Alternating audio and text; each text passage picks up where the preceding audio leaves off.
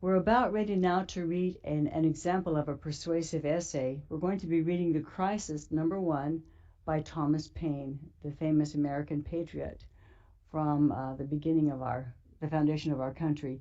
An example of a persuasive essay. Before we get started, though, I want to tell you a little bit about the writer, Thomas Paine, born in 1737 in England, died in 1809 in the United States. You may wonder about him. How did he get from there to here? He was working in England until he was in his 30s, but not very successfully. He had a business as a tax collector, was a corset maker, but he did not ever do a very successful run as a businessman there. So, hoping to get a better chance at maybe making his fortune, he sailed to America in 1774. Of course, when he arrived, you know the scene at that point.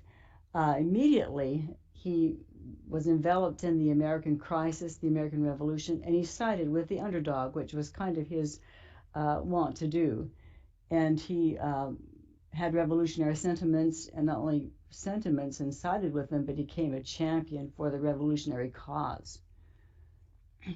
At that time, 1776, he published his pamphlet called Common Sense, which many historians have cited as being one of the kindling forces in engendering the focus for the revolution.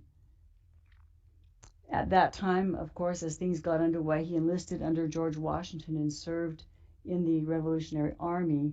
During that time, he wrote a series of pamphlets, 16 to be exact, called The Crisis, and we'll be reading number 1 of that series.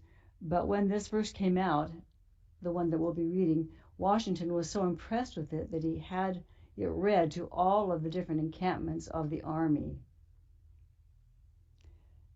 After the Revolutionary War, the success in America, he went to France and became a champion of human rights there and of liberty.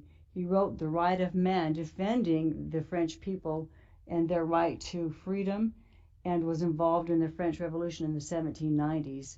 However, he found himself on the wrong side of the politics that came into power and was put into jail for a number of years.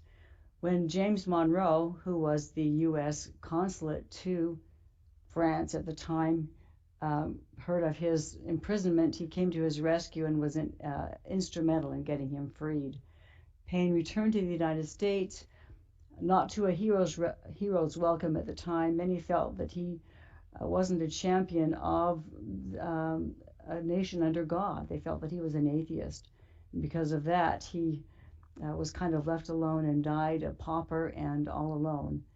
Since that time, though, he has been raised to a more famous and recognized position, and people have understood where he was coming from, understood his feelings, and the champion of freedom and of right and even of godliness that he actually felt.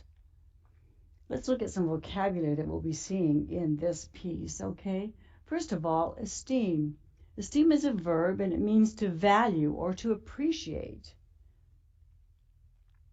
In the crisis that we'll be reading, we'll see it here. What we obtain too cheap, we esteem too lightly. It is dearness only that gives everything its value.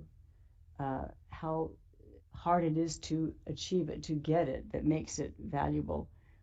We appreciate it too lightly if we don't, if we obtain it too cheaply. So we're using esteem in that way here.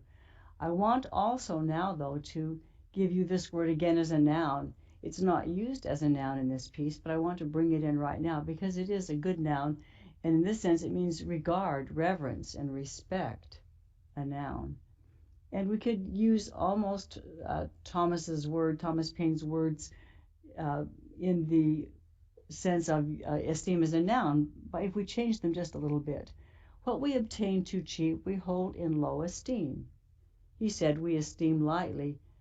As a verb, we could say we hold in low esteem, esteem as a noun. It is dearness only that gives everything its value. So I've just changed the wording a little bit to use it as a different part of speech. And I'll let you practice both of those as we work on this vocabulary. Resolution, a noun. It means resolve and determination.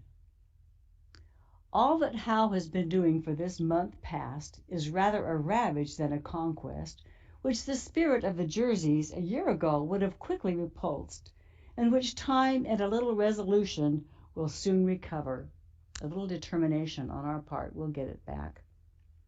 Okay, exploit. Heroic deed, notable achievement. That's an exploit as a noun. Okay. This brave exploit was performed by a few broken forces collected and headed by a woman, Joan of Arc. Now I'll bet your interest has piqued, isn't it, for this exploit, a notable achievement. And hypocrisy, a noun, meaning insincerity, a pretense, a double standard, thinking and pretending to believe one thing but actually believing another. Thomas Paine uses it this way. But their peculiar advantage is that they are touchstones of sincerity and hypocrisy, and bring things and men to light which might otherwise have lain forever undiscovered. These actions are touchstones that bring out sincerity and hypocrisy, the opposites, and show men in their true colors. Work with this vocabulary now as we get ready to read The Crisis by Thomas Paine.